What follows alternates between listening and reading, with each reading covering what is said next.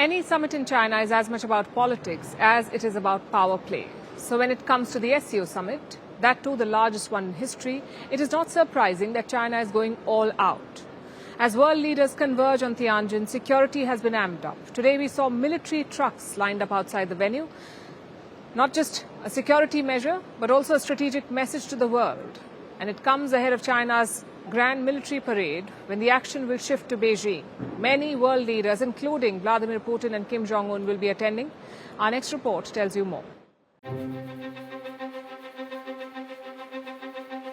The SCO summit, a show of pomp and diplomacy, with everything from multilingual robots at the venue to banners heralding the gathering on highways across Tianjin.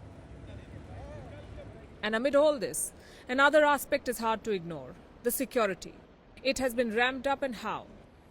As Chinese leaders welcome their guests, traffic is heavily restricted, and as they enter the venue, they are greeted by military trucks. At first glance, it looks like just another parking lot, but look closely and you spot these. China has rolled out military trucks for the SCO summit. Officially, they're here for security, but the larger message is unmistakable. China is flexing its military muscle in the middle of a diplomatic gathering, and this comes just days ahead of a major military parade in Beijing, their Victory Day parade, where they'll have leaders from various countries in attendance, including Vladimir Putin from Russia and Kim Jong-un from North Korea. So this display here is a message, a reminder to both allies and adversaries that every summit in China is as much about politics as it's about power projection. This is not just about security. This is China's pointed symbolism ahead of something crucial: a massive military parade. It will be held on September 3rd at the historic Tiananmen Square. This parade is part of China's commemorations to mark the 80th anniversary of the end of the Second World War. But it is so much more. It is Beijing's moment to send a bigger, broader, subtly different message to the world, to showcase its rapidly developing military might. China has not fought a major war in more than 4 decades, but under Xi Jinping, it has raced to modernize the force. It has poured resources into developing its sophisticated weaponry. This year, the country is spending $245 billion on bolstering its defenses, making it the second biggest spender in the world after the US. And Beijing is not shy about showcasing it. This 70-minute parade is set to be one of China's largest in years. It will be a highly choreographed event displaying the latest high-tech weaponry, including hundreds of tanks, aircraft and drones, cutting-edge fighter jets, missile defense systems and hypersonic weapons. Also military trucks fitted with devices to take out drones and early warning systems to protect China's aircraft carriers. Tens of thousands of military personnel will march in formation through Tiananmen Square.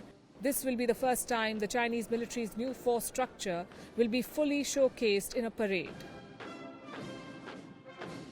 And that's not all. It will also be a rare and extraordinary photo op, an unequivocal show of unity. Take a look at the guest list. More than 24 foreign leaders will be in attendance, including Russian President Vladimir Putin and North Korea's Kim Jong-un. The leader rarely travels abroad. His recent contact with world leaders has been limited to Putin. It will be Kim's first multilateral international meeting, making the event a diplomatic win for China. That said, most Western leaders are not expected to attend, but some European leaders will be there, including Alexander Vučić of Serbia and Slovakia's Robert Fico. Many other guests are slated to stay back after the SCO summit for the parade in Beijing, including Iranian President Masoud Pezeshkian, Myanmar's military leader Min Aung Hlaing, and Pakistani Prime Minister Shehbaz Sharif. And as Chinese forces march, the parade will be closely watched by Western powers. As Beijing doubles down on projecting strength with a massive military parade right after a major diplomatic summit. As Trump's trade war rattles the world, all eyes turn to Tianjin, host of the SCO summit.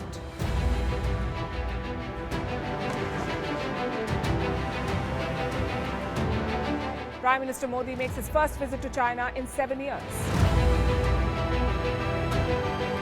India's policy of multi-alignment faces its biggest test Will the outreach to China open the door to a new partnership? And will talks with Russia add weight to India's stance against trade wars and tariffs? Catch Vantage live from Tianjin.